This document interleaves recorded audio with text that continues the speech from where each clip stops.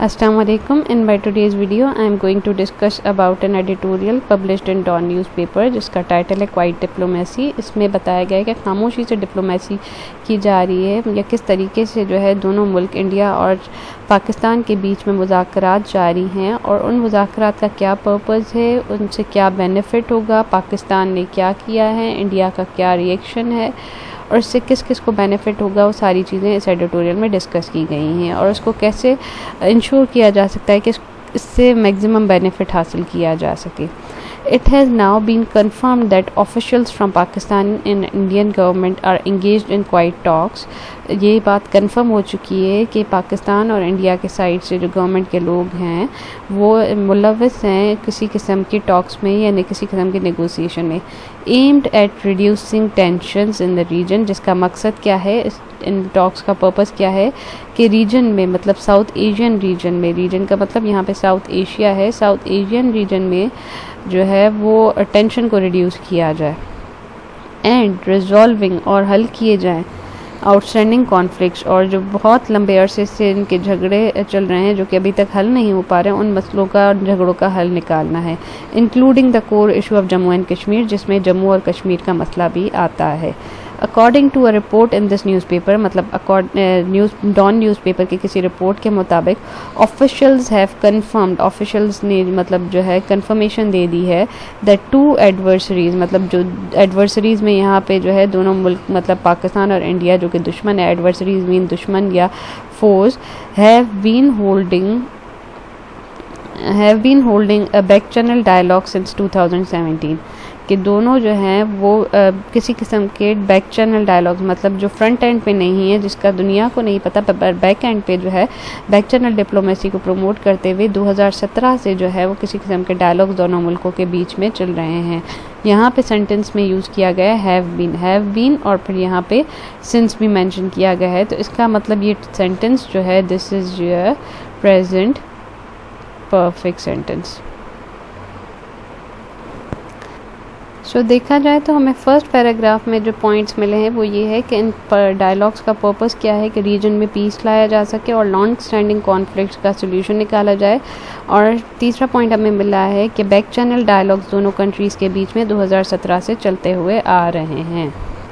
However, in December last year, मतलब पिछले साल दिसंबर में the talks went into high gear। went into high gear का मतलब होता है कि बहुत ही ज़्यादा एक्टिव होना, एक्साइटेड होना, प्रोडक्टिव होना, मतलब यूज़फुल होना, कल्मिनेशन पॉइंट पे पहुंचना ऑफ यूजेबिलिटी, मतलब एक किसी चीज़ जो है वो सबसे ज़्यादा मुफीद हो जाए और एक्टिव हो जाए। When Indian side approached the Pakistani government for a deeper engagement, जब इंडिया के तरफ से जो है फर्स्ट स्टेप लिया गया कि पाकिस्तानी गवर्नमेंट को कहा गया कि हम इन्वॉल्व होना चाहते हैं बेटर इंगेजमेंट में या ज़्यादा अच्छे ताल्लुकात क्रिएट करना चाहते हैं दोनों मुल्कों के बीच में, the Pakistani leadership responded favourably, Pakistan की हुकूमत ने उसका बहुत ही पॉजिटिव रिस्पॉन्स दिया एंड एज अ रिजल्ट जिसका नतीजा क्या मिला, a number of confidence building measures have come to the four.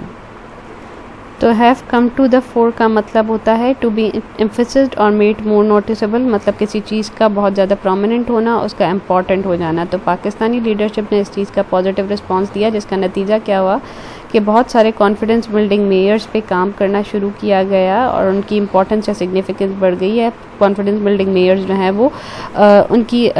वो प्रोमिनेंट होते हुए नज़र आए, मतलब वो उभर के सामने आए, जिसमें शामिल है including a ceasefire agreement. Cease fire mean जंग बंदी। सीज फायर क्या होती है कि जब आपके पास दोनों बॉर्डर्स की एंड पे कंटिन्यूस फायरिंग्स वगैरह हो रही होती हैं तो कॉन्फ्लिक्ट की सिचुएशन अराइज हो जाती है, तो उसको काम डाउन करने के लिए सीज फायर किया जाता है, जंग बंदी, मतलब दोनों साइड्स जो हैं बॉर्डर के वो किसी किस्म की फायरिंग वगैरह नहीं करेंगे। तो including a ceasefire agreement at line of control, तो जिनमें से एक कॉन्फिडेंस बिल्डिंग मेयर क्या था, ceasefire agreement line of control के across. Pakistan officials says there is a genuine desire to move towards a peaceful resolution of disputes। कहते हैं कि पाकिस्तानी ऑफिशियल्स ने कहा है कि यहाँ पे बहुत अशद ज़रूरत है कि पीसफुल जो है रेजोल्यूशन की जाए डिस्प्यूट्स की, मतलब उन मसलों का पीसफुल तरीके से, अमन के तरीके से हल निकाला जाए in order for Pakistan to achieve internal and external stability. जिससे पाकिस्तान को फ़ायदा क्या होगा कि इंटरनल और एक्सटर्नल, मतलब अंदरूनी और बैरूनी स्टेबिलिटी मिलेगी, मतलब एक स्टेबल सिचुएशन आ जाएगी, पाकिस्तान जो है वो इरेगुलरिटीज़ नहीं होंगी। तो यहाँ पे पाकिस्तान को क्या बेनिफिट होने वाला है, इंटरनल एंड एक्सटर्नल स्टेबिलिटी मिलेगी अगर रीजन में पीस इस्टेब्लिश हो जाता है और पीसफुल रेजोल्यूशन डिस्प्यूट्स की हो जाती है। तो the talks are being held between senior intelligence officers from the both side. अभी तक जो टॉक्स हो रही हैं, डायलॉग्स हो रहे हैं, वो सिर्फ सीनियर इंटेलिजेंस ऑफिसर्स के बीच में हो रहे हैं दोनों मुल्कों की तरफ से। इट इज़ सेड, ये कहा जाता है that the relevant experts may join these talks once the agenda moves on to the specific item। कि relevant experts जो हैं इस फील्ड में, इंटरनेशनल रेवोल्यूशंस वगैरह में, वो तब ज्वाइन करेंगे जब एक स्पेसिफिक पॉइंट पहुंच जाएगा या स्पेसिफिक आइटम्स मतलब स्पेसिफिक एलिमेंट्स पे डिस्कशंस वगैरह होना शुरू होंगी। For now these talks are about talks. अभी तक जो बातें हो रही हैं वो सिर्फ बातों के ही बारे में है कि दोनों मुल्कों के बीच में डायलॉग्स और बातों को कैसे प्रमोट किया जाए। बट इन दिस पैराग्राफ हमें जो मेन पॉइंट मिला वो कुछ यूँ थे।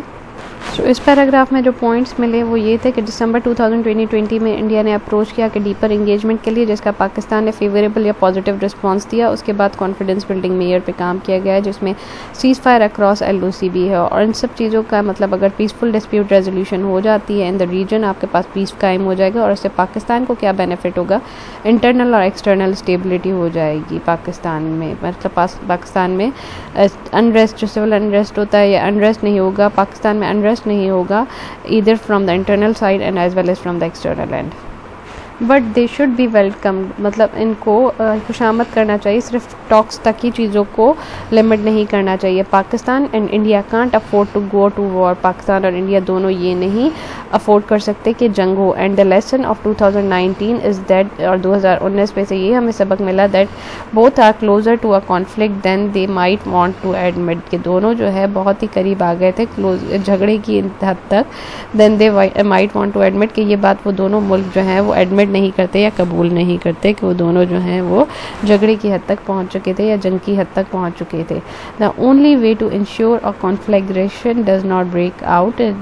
कॉन्फ्लैग्रेशन मीन्स कि झगड़ा, फसाद या जंग कि सिर्फ एक तरीका है जिससे इंश्योर किया जा सकता है, जिससे ये जो है जिससे ये इंश्योर किया जा सकता है, यकीनी बनाया जा सकता है कि जंग या कॉन्फ्लैग्रेशन ना हो और दोनों मुल्कों के बीच में, is to make genuine and sincere attempt to resolve the dispute। और इसका यही तरीका है कि बहुत ही ईमानदारी के साथ और फुल एफर्ट्स के साथ इन डिस्प्यूट्स को हल निकाला जाए that can potentially trigger a conflict, जिनकी वजह से कॉन्फ्लिक्ट ट्रिगर हो सकता है या कॉन्फ्लिक्ट जो है वो अराइज हो सकता है, जैसे इम्पेटस मिल सकता है। ट्रिगर का मतलब होता है किसी चीज़ को हरकत में लाना या इम्पेटस प्रोवाइड करना। तो यहाँ पे हमें एक पॉइंट मिला कि कॉन्फ्लैग्रेशन अवॉइड करने का एक ही तरीका है कि जो है वो इन डिस्प्यूट्स को रिजॉल्व किया जाए जो कि कॉन्फ्लिक्ट को ट्रिगर करते हैं। कॉन्फ्लैग्रेशन को उर्दू में वैसे आतिशज़दगी भी कहा जाता है। तो this is one of the way और one of an attempt to stop और hamper the emergence of the conflict। However, both Islamabad and New Delhi, मतलब पाकिस्तान और India, have been down this path numerous time before, और इस रास्ते पे बहुत मरतबा आ चुके हैं, मतलब कि वो डिस्प्यूट रेजोल्यूशन के रास्ते पे बहुत मरतबा आ चुके हैं, with a very little to show for it, पर उसके लिए इनके पास बहुत ही कम चीज़ें जिसके बारे में डिस्कस कर सकें। The lesson learned, if any, अगर कोई सबक सीखा गया है उसमें से, are that ये है कि the two sides should move gradually and not rush into solution। कि दोनों जो साइड्स हैं, मतलब दोनों ममालिक जो हैं वो एकदम से सडन रश ना करें, बस ग्रेजुअली मूव करें। इसका मतलब यहाँ पे ये जो है कॉशन किया गया है कि जो है बहुत ही आराम से इस पर्पस को परस्यू किया जा सके, डिस्प्यूट रेजोल्यूशन को एकदम से सडन हरी में इंगेज ना हुआ जाए। तो यहाँ पे ये कॉशन किया गया है। There are strong and influential lobbies on both side that can act as a spoiler. यहाँ पे आपको फर्दर बताया गया है कि दोनों साइड्स पे जो है बहुत स्ट्रॉन्ग और असरअंदाज करने वाली लॉबीज़ एग्जिस्ट करती हैं, मतलब दोनों मुल्कों के साइड पे, जो कि act as a spoiler work करेंगी कि जो है पीस प्रोसेस को या नेगोशिएशन प्रोसेस को वो ख़राब कर सकती हैं। तो यहाँ पे दो बातें जो हैं आपके पास क्वेश्चन की गई हैं, एक तो ग्रेजुअली वे में प्रोसीड किया जाए, दूसरा जो है वो स्पॉइलर लॉबीज से जो है वो सावधान रहा जाए ताकि वो जो है एक्ट एज ए स्पॉइलर ना करें और जो नेगोशिएशन प्रोसेस आगे प्रोसीड हुआ है उस पर बेटर वे में वर्क कर सकें। It is therefore reasonable for these talks to remain quiet and discreet. Discreet का मतलब होता है कि मोहतात होना या careful and prudent in one's speech or actions, especially in order to keep something confidential and to avoid embarrassment. कि मोहतात रहा जाए और अभी इन टॉक्स को खामोशी मतलब पीछे ही रखा जाए, बैक चैनल डिप्लोमेसी ही को प्रमोट किया जाए, मीडिया की तरफ ना लाया जाए till there is enough confluence. Confluence means कि the act of process of merging, मतलब जब तक दोनों साइड्स एक पोजीशन पे मर्ज नहीं हो जाते, अग्री नहीं हो जाते, till there is enough confluence of position, दोनों कंट्रीज़ की पोजीशन सेम ना हो जाए, मुस्तहकम ना हो जाए, that can be brought into the glare of the public, कि जिस चीज़ को दुनिया के सामने ला। तो यहाँ पे ये कहा गया है कि ये सही रहेगा कि अभी तक जो है इन जो टॉक्स हैं उनको पीछे क्वाइट ही रखा जा सके और डिस्क्रीट मतलब मोहतात तरीके से उनको परसू किया जाए जब तक कोई कन्फ्लुएंस ऑफ पोजीशन मतलब दोनों साइड्स जो हैं किसी एक पॉइंट पे अग्री नहीं हो जाते, एक स्पेसिफिक पोजीशन पे नहीं पहुंच जाते, तो इस चीज़ को मीडिया की ग्लेयर में मतलब into the glare of public media के सामने या लोगों के सामने ना लाया जा सके। ग्लेयर ऑफ समथिंग का मतलब होता है एन ओकेजन वेयर समथिंग और someone receive a very large amount of public attention. तो इसका मतलब कि पब्लिक के अटेंशन या मीडिया के सामने उसको उस वक्त तक ना लाया जा सके जब तक जो है कोई स्पेसिफिक पॉइंट पे दोनों साइड्स की पोजीशन मुस्तहकम नहीं हो जाती। इन पाकिस्तान में past attempt has floundered because of difference of approach between the civil and military leadership. तो फ्लॉन्डर का मतलब होता है बी इन सीरियस डिफ़िकल्टी। तो कहा गया है कि पास्ट अटेम्प्ट जो हैं वो मुश्किलात का सामना उनको करना पड़ा बिकॉज जो है डिफरेंस था दोनों मिलिट्री और सिविल और मिलिट्री लीडरशिप की अप्रोच में। पाकिस्तान में सिविल और मिलिट्री जो है वो दोनों एक पाथ पे नहीं थे, एक पेज पे नहीं थे। इस वजह से जो प्रीवियस अटेम्प्ट किए गए इन ऑर्डर टू इम्प्रूव और in order to enhance the relation with the neighboring country and to prevail peace in the region, वो इस वजह से कामयाब नहीं हो सके। If the current talk have to be meaningful, अगर ये जो अभी करंट टॉक्स चल रही हैं उनको फ़ायदेमंद और मुफीद बनाना है, it is important to ensure, ये ज़रूरी है, नॉट जस्ट दैट, ना कि सिर्फ Rawalpindi and Islamabad are in lockstep. Rawalpindi से मुराद यहाँ पे मिलिट्री है क्योंकि पाकिस्तान का general military headquarter Rawalpindi में है, एंड इस्लामाबाद का मतलब जो है पाकिस्तान के सिविल गवर्नमेंट को, सिविल लीडरशिप को कहा गया, और रावलपिंडी से यहाँ मुराद मिलिट्री लीडरशिप का है। आर इन लॉक स्टेप मतलब एक दूसरे से जो है वो इकट्ठे हैं, पैरेलली एक ही पॉइंट पे अग्री हैं, but also that other political parties are brought into the loop, और साथ साथ दूसरी जो सियासी पार्टीज़ हैं उनको भी इस लूप में लाया जाए, मतलब उनको भी डिसीजन मेकिंग में और इस पॉइंट में इन्वॉल्व किया जाए। There should be a broad consensus across the political spectrum on the strategic initiative, और यहाँ पे सजेस्ट किया गया है कि there should be a broad consensus mean इत्तफाकी राय है अक्रॉस द पॉलिटिकल स्पेक्ट्रम, मतलब सारी जो पॉलिटिकल पार्टीज़ हैं उनके बीच में ऑन द स्ट्रेटेजिक इनिशिएटिव, इस इनिशिएटिव पे, ताकि जो है it does not fall victim to petty politicking, कि ये जो है वो नाकाम ना हो जाए ये जो इनिशिएटिव लिया गया है। तो यहाँ पे भी आपको सजेशन दिया गया है कि सारे पहले यहाँ पे क्या किया, यहाँ पे बताया गया कि जो पिछले मरतबा इनिशिएटिव लिए गए वो नाकाम इसलिए हुए कि सिर्फ सिविल और मिलिट्री लीडरशिप जो है वो सेम पाथ पे नहीं थे। इस वजह से फर्दर यहाँ पे सजेशन दिया गया है कि इस मरतबा अगर आप चाहते हैं कि ये जो इंडिया और पाकिस्तान के बीच में टॉक्स हो रही हैं वो बेनिफिशियल हों, तो उसके लिए ज़रूरी है कि there should be a broad consensus, इत्तफाकी राय जो है वो सारे पॉलिटिकल पार्टीज़ के बीच में हो, ताकि ये जो स्ट्रेटेजिक इनिशिएटिव है वो कारामद हो और वो किसी मसले मसाइल का शिकार ना बने। तो जहाँ पे जो हमें पॉइंट मिलता है वो ये है कि सारी पॉलिटिकल पार्टीज़ को इन्वॉल्व करना चाहिए, not just your civil and military leadership. Paragraph में जो पॉइंट डिस्कस किए गए हैं वो हैं डिस्प्यूट रेजोल्यूशन के थ्रू ही के इन मसलों के हल निकाला जाए, तो यही एक तरीका है कि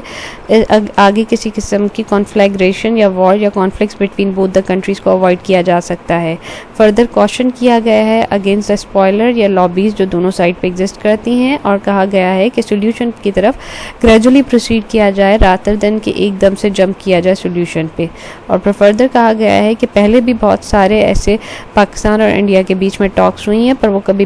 उसके बीच में इतनी कोई यूज़फुल नहीं रही, क्योंकि हमेशा सिविल और मिलिट्री लीडरशिप जो है वो सेम पेज पे नहीं रही। तो इस मरतबा जो है सिविल और मिलिट्री लीडरशिप जो है वो इन लॉक स्टेप में मतलब एक पॉइंट पे अग्री हैं। इसके अलावा कहा गया है या सजेस्ट किया गया है कि इस चीज़ को ज़्यादा बेनिफिशियल बनाने के लिए या इस चीज़ से ज़्यादा फ़ायदा उठाने के लिए ज़रूरी है कि एक ब्रॉड इत्तफाकी राय कायम की जाए अक्रॉस द पॉलिटिकल स्पेक्ट्रम, जिसमें आपके पास अपोजिशन भी आ जाती है and parties in the government भी आ जाती हैं ऑन द स्ट्रेटेजिक इनिशिएटिव के ऊपर। तो सारी पार्टीज़ को along with the military government सबको एक सेम पेज पे होना चाहिए in order to make these talks useful. In addition साथ यहाँ पे ये ट्रांजिशन लगाई गई है, इसके साथ साथ इन एडिशन और क्या past lessons also tell us, जो माजी के सबक हैं इसबाक हैं वो हमें बताते हैं that such major policies should not be confined to individual decision maker, कि जो सारी पॉलिसीज़ बनाई गई हैं उनको कन्फाइन मतलब लिमिट करना सिर्फ टू इंडिविजुअल डिसीजन मेकर्स तक उनको लिमिट नहीं करना चाहिए, but should have a buy in का मतलब होता है acceptance of and willing to actively support and participate in something and should have a buy-in from all the relevant institution, मतलब दूसरे जो सारे इंस्टीट्यूशन हैं relevant इंस्टीट्यूशन उनको भी इन्वॉल्व किया जाए, उनसे भी जो है सजेशंस लिए जाएं, उनका भी सपोर्ट लिया जाए so that they do not remain dependent on public priorities। मतलब यहाँ पे कहा गया है कि relevant institutions को भी engage किया जाए ताकि वो अपनी पर्सनल प्रायोरिटीज़ को प्रेफरेंस ना दें, रादर जो है वो एक म्यूचुअल कंट्री के पर्पस या कंट्री रीजन में पीस की तरफ जो है उसको प्रायोरिटाइज करें। द प्रेजेंट लीडरशिप, अब आगे कहा गया है जो अभी मुल्क की लीडरशिप है, that is piloting this new bold and timely move to give peace a chance should invest time, efforts in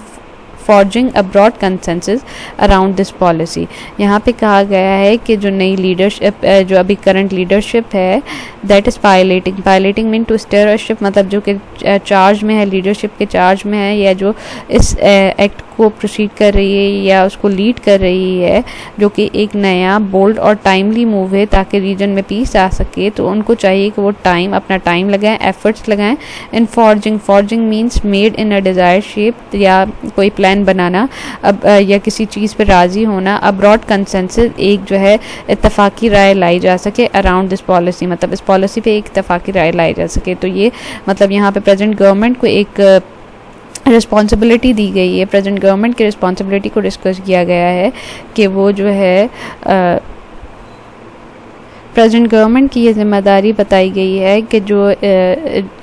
broad consensus बनाए, मतलब इत्तफाकी राय ली जा सके इस पॉलिसी पे, ताकि वो अपना टाइम लगाए, एफर्ट्स लगाए ताकि इत्तफाकी राय जो है कायम की जा सके इस पॉलिसी पे, क्योंकि south Asia deserves a better future, south Asia जो है वो एक अच्छा मुस्तकबिल जो है। तो इस आखिरी पैराग्राफ में जो बातें डिस्कस की गई हैं वो ये कि सारे रेलेवेंट इंस्टीट्यूशंस को जो है डिसीजन मेकिंग में इन्वॉल्व किया जाए ताकि वो अपने पर्सनल प्रायोरिटीज़ पे डिपेंडेंट ना रहें, और दूसरा ये प्रेजेंट गवर्नमेंट की रिस्पॉन्सिबिलिटी है कि इत्तफाकी राय कायम करे इस तमाम पॉलिसी के अक्रॉस। तो क्वाइट डिप्लोमेसी के में जो पॉइंट्स डिस्कस किए गए हैं वो यहाँ पे जॉट डाउन किए हुए हैं। जो इस पूरे एडिटोरियल में बताया गया है पाकिस्तान और इंडिया के बीच में जो क्वाइट डिप्लोमेसी चल रही है, जो टॉक्स चल रही हैं, उनके बारे में बताया गया है, उससे पाकिस्तान को क्या बेनिफिट होगा, फिर उसके बारे में क्वेश्चन किया गया है, और फिर उसके बाद सजेशंस दिए गए हैं, और फिर पाकिस्तान में गवर्नमेंट की क्या रिस्पॉन्सिबिलिटी आती है, वो सारी बातें इस एडिटोरियल में डिस्कस की गई हैं। Hope you like this editorial, kindly subscribe to my channel and share these videos with your friends. Thank you.